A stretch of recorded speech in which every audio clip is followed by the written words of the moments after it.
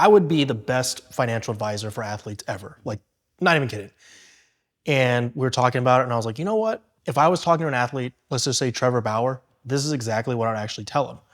So in 2021, he actually signed, and I have these here so I know the numbers. I know there's all the keyboard warriors that be like, well, it's 41 million, what's it 40? So, okay. So we're gonna go with Trevor Bauer again. This could just be any athlete, but I picked him because I like him. He's a baseball player. He loves YouTube. He loves creating content. So I'm like, you know what? We're creating content. Let's do it for him. So in 2021, he signed a one year, $40 million contract. And let's just assume that's the only thing he ever makes. We're gonna assume that he pays $19 million in taxes, about 48%, 1.2 million in agent fees, then $250K to a financial advisor, maybe me. After that, he should be left over with a little over $19,300,000. Athletes go broke like crazy, right? Like, how does that happen? It's because they're buying dumb shit. If I was advising an athlete, this is exactly what I would tell them to do. So again, I would say, you know what? You need to put in $200,000 to $300,000 into your body. You may be asking, like, what does that mean? Cryo chambers, trainers, chefs, gym memberships, all that stuff. Your body is how you make your money, so you could need to not spare any expense. There's a condo downtown LA. I'm sure there's plenty of them. I just picked one. It's called 1010 Wilshire. Live in a 3-bedroom apartment, $5,500 a month. So nobody's getting in there. Nobody's walking up. It's not like he lives like on a street in a house. No, everybody's doing that. So after that, right, $200K to $300K on your body, $70K in rent.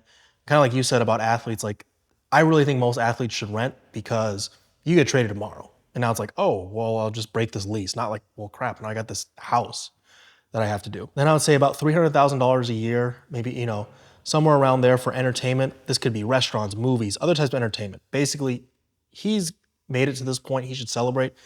Go crazy. $300,000 a year. Go to all the Stuart Anderson, the steakhouses, all the steakhouses you want. Now, this is kind of where things get fun, as we talked about. He has a YouTube channel. So one thing I think he should do, he should put $1 million into that. Equipment, editors, travel, basically anything he needs to do to grow it. And it's $1 million of fun money. Have at it. If you don't make any money from the YouTube venture, great. If you end up striking it big, even better. But we're assuming the $1 million is gone. Second one we talked about was most athletes where they go broke, they buy their parents these homes. And then their parents are on the hook for maintaining it. Like a $2 million home that's a lot of property tax. You can't maintain that. So instead of doing that, what most athletes should do, they should take $2 million, instead of buying that home, go out, get an index fund, VOO. I think it's a Vanguard index fund, super safe, makes like 5-10% a year. Your parents should be able to make anywhere from $100,000 to $200,000 a year just for existing. Pretty sure mom and dad, I would assume your parents, or you guys, if you made $100,000 just for existing, I think you'd be okay. You'd think like, let's go. You'd be like, that's very nice. Now the next one is, this is where we want to get real safe.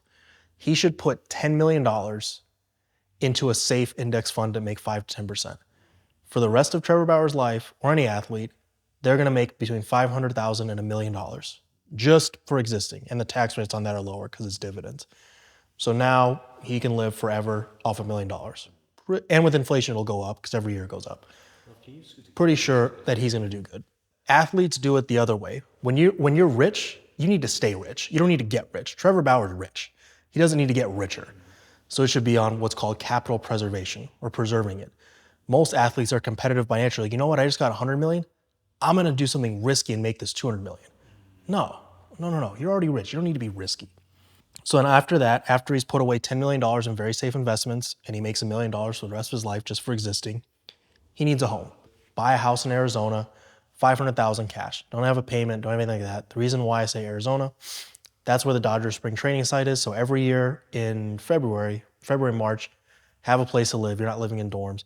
And also too, I think half the teams have them. So even if he switch teams, more than likely he can go to Arizona. Next thing you should do, take $2.7 million in cash. I've already looked it up. He's gonna have a 7-unit apartment complex. After all expenses are paid, he should walk with $96,000 a year, and he's gonna have somebody manage it for him. So I think having $96,000 a year in cash, pretty good deal there. Next one is $1 million. He's gonna take that $1 million, invest it into the riskiest business he could think. Car washes, record companies, your friend needs a loan. It comes out of that $1 million. Don't expect it to come back. Next thing is, we're gonna have 1.5 million. 500 of that is gonna go towards his friends and family. I'm sure you guys hear about athletes, like they get friends or anybody that makes it rich, right? All of a sudden your uncle that you never met, who's not really just like, hey, remember when I was there? They're gonna come out of the woodwork If they do, just pay them some out of that $500,000. Next, we're gonna take $500,000 out of that $1.5 million, put that into boring treasury bills, 3 to 5%, make an extra $15,000 to $30,000 a year in your sleep, and it's actually good tax rates. I believe those actually don't get taxed. So that's what we're gonna do a little bit of there. Lastly, we're gonna put $500,000 into precious metals. Gold and silver, preserve your wealth, great way to do things. Then next we have some small ones. $23,000 is gonna go to his 401k. Every year it changes, but essentially he gets to put away $23,000 in a retirement account and his team will match 100%. So you just make 100% return. Not bad. Lastly, about $16,000, look this up. Those are pretty much his union dues to MLB. So he's got to pay that no matter what. And then after that, kind of like we said, this should net him about $500,000 to $1 million a year. Plus you add in the rental properties. He's at about 1.1, 1.2 million every single year for the rest of his life. And if he opts into the next 2 years of his deal, or let's just say even has 5 more good years in baseball, you repeat that 5 times. Now he's got what, $5 to $10 million. You get the compound interest. And just like that, I'm the best financial advisor of all time. How many CPAs would tell you to do that? None. That's why I say I was telling Drew and Josh, like, I'm the best. Like, there's no, I say it facetiously, but like also I'm like, it ain't that hard. You don't need to go to Harvard to learn that.